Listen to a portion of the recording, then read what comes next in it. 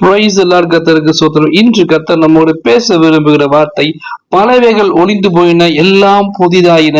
ஆமீன். கத்தர் உங்க வாழ்க்கையில எல்லா பழைய காரியங்கள், பழைய பாவங்கள், பழைய தரித்திரங்கள், பழைய இழப்புகள், பழைய நஷ்டங்கள், பழைய காரியங்கள் எல்லாவற்றையும் உங்க வாழ்க்கையிலிருந்து எடுத்து போட்டு புதிய ஆரம்பத்தை, புதிய வாழ்க்கையை கத்த தரப்படுறாருங்க.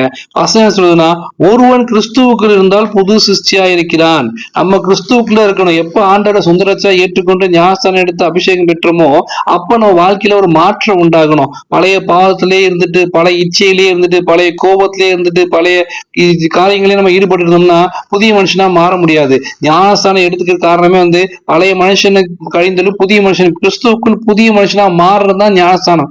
முழுக்க ஞானஸ்தானங்கிறது மூழ்கி பழைய மனுஷன் எல்லாம் கலைத்து போட்டு புதிய மனுஷன் பிறக்கிறதான் ஞானஸ்தானம். ஞானம் அடைந்த பின் எடுக்கிற ஞானஸ்தானம். எப்ப நம்ம ஞானஸ்தானம் எடுத்து கர்த்தருக்குள்ள புதிய மனுஷனா மாறுறோமோ கர்த்தர் நம்ம வாழ்க்கையில புதிய காரியங்களை, புதிய ஆரம்பத்தை கர்த்தர் கொடுப்பாருங்க.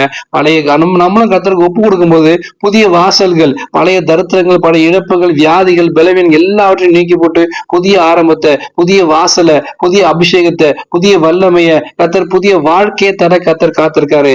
இந்த நாள்ல உங்க வாழ்க்கையில பின்னாடி இருந்த எல்லா விதமான காரியங்களும், எவ்வளவு காரியங்களும் இழந்திருக்கலாம், எவ்வளவு பாவத்துல இழந்திருக்கலாம், எவ்வளவு இழப்பு உங்க விட்டு கைவிட்டு நிறைய காரியங்கள் போயிருக்கலாம். எது போனாலும் பரவாயில்ல, கர்த்தர் இன்னைக்கு புதிய வாசல் கர்த்தர் கொடுக்கப்படுறாருங்க. எல்லாம் புதிதான வனாந்திரத்தில் வழிகளையும் அவாந்திரவில் ஆறுகளையும் உண்டாக்கிற தேவன், வழியே இல்லைன்னு நினைக்கிற இடத்துல கர்த்தர் புதிய வாசல் தந்து கொடுப்பாருங்க. புதிய ஆரம்பம், புதிய அபிஷேகம், புதிய வல்லமை, புதிய மகிழ்ச்சி கர்த்தருக்கு தரப்போறாரு. வீட்டு நிறைய புதிய பொருட்களை கொடுக்க போறாரு. புதிய புதிய காரியங்களை சுதந்து கொள்ள முடியாத கர்த்தர் புதிய வாசல்கள் திறக்க போறாரு. புதிய தெரியாத இடத்துல இருந்து, அறியாத இடத்துல இருந்து, நீ அறியாத எட்டாவது பெரிய கால அறிவிப்பு வசனத்தின் பிரகாரமாக நீ யோசிச்சு கூட பார்க்காத இடத்துல இருந்து கர்த்தர் உங்களுக்கு ஆசீர்வாதத்தை உங்களை தேடி வரும்படி கர்த்தர் ஆசீர்வதிக்கப்படுறாரு. கர்த்தருக்கு ஒப்புடுங்க.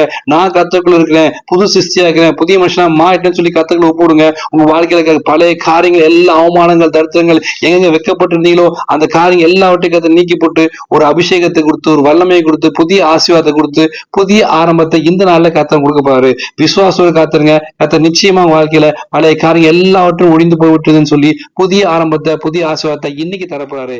ஆமென். God bless you.